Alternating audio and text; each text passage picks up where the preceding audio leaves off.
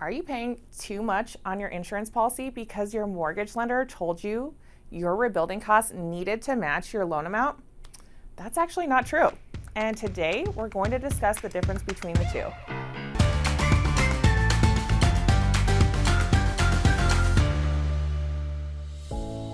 Hi, Tia here, and let's talk about mortgage stuff as well as insurance today. We help a lot of people with insurance when they're purchasing a home, and we get this question a lot. What is the difference between my mortgage loan amount and the rebuilding cost in my insurance coverage? And a follow-up question for you is, if my home were to be a total loss from something like a fire, would my insurance pay off my mortgage balance? Okay, let's tackle the first question about mortgage loan value and insurance rebuilding costs first. Your mortgage loan value is the amount you're receiving from the lender. The loan value is a net calculation of the sales price, down payment, seller concessions, and fees for the loan. To make this simple, think of it this way. You purchase a home for $500,000 and you put down, let's say, $100,000. This leaves a loan value of $400,000 before fees or any concessions.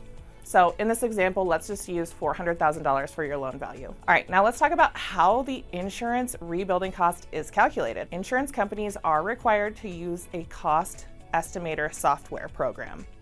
And this is to determine the rebuilding cost of your home. Well, these software programs are updated every 6 months with current building material and labor costs in order to get an accurate dwelling coverage amount. So I've got another video that dives a lot deeper into rebuilding cost and why it's so accurate. So check the link in the description if you're interested in any of that. All right, your home information is entered into the cost estimator system.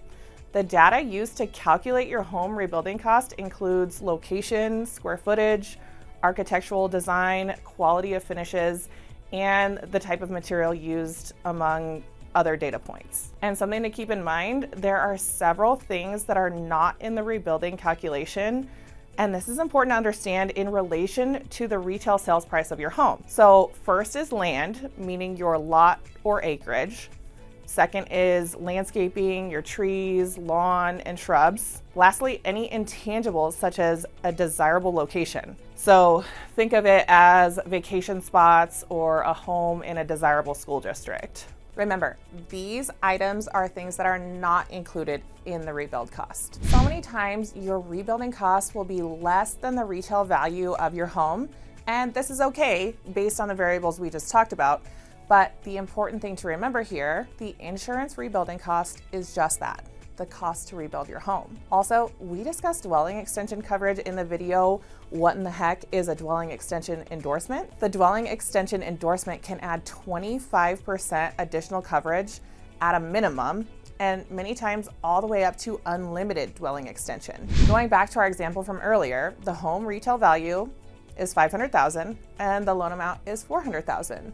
So we'll use $300,000 for the insurance rebuilding cost. So not considering the dwelling extension endorsement, this home appears to be underinsured by $100,000 from the insurance rebuilding cost compared to the loan value. In this case, many times the mortgage underwriter will request the rebuilding cost to match the loan value or have a dwelling extension endorsement that will increase coverage above the loan value. This is because the lender wants the insurance rebuilding cost to cover the loan in case there was an insurance claim on the home. Makes sense, right? Everyone's happy, the loan closes on time, and you move into your new home. Everything's great, right? Well, maybe not. But what happens if the home were to suffer a total loss shortly after your move-in?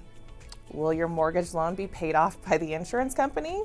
Well, maybe not. Tia, what do you mean my loan may not be paid off? Well, the insurance company agreed to rebuild your home for $300,000 and did not agree to pay off your mortgage loan of $400,000. But you say, what about the dwelling extension? I have unlimited rebuilding cost. Well, again, unfortunately, this is for rebuilding the home and not paying off the mortgage. So how does this all get worked out? Generally, the insurance company would pay the $300,000 to the mortgage lender, leaving $100,000 in shortfall. This shortfall would need to be rolled into a new construction loan to rebuild the new home. So it's important to understand all these issues when you're purchasing a new home or refinancing your current home. Also, there are some insurance coverages to prevent this mortgage shortfall from happening. Not all insurance companies offer the coverage, but many of our 40 insurance carriers do. Our team of insurance specialists here at Trailstone Insurance Group have the heart of a teacher, meaning we'll teach you about your insurance, not just sell you a policy.